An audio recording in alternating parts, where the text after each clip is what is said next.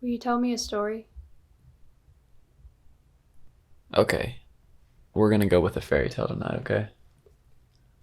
So once upon a time, a few hundred years ago, there was a princess named Rachel, and her whole entire life, all she wanted was a prince. And eventually, she found her prince, and his name was Gabriel. He was from a different kingdom.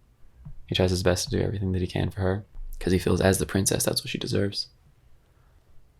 And as she goes through her daily life, she asks her prince to just do everything for her because that's how it's supposed to be. He starts coming back more and more often until he barely ever leaves at all, just because he always wants to be by the princess's side.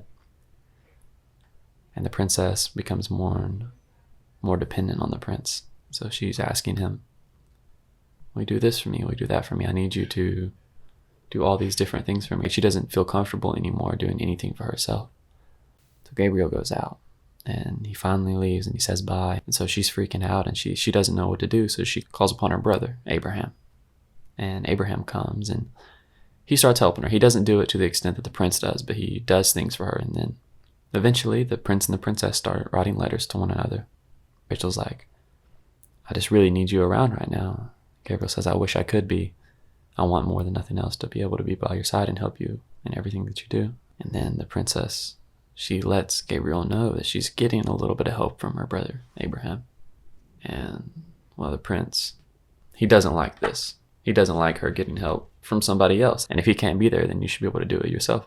But Rachel, she needs help from somebody else. And she stops telling Gabriel about Abraham because she realizes that it makes Gabriel mad and that's not what she wants. But she can't do it herself, so she has to have help from somebody. So she gets this help from Abraham and continues on, and weeks go by.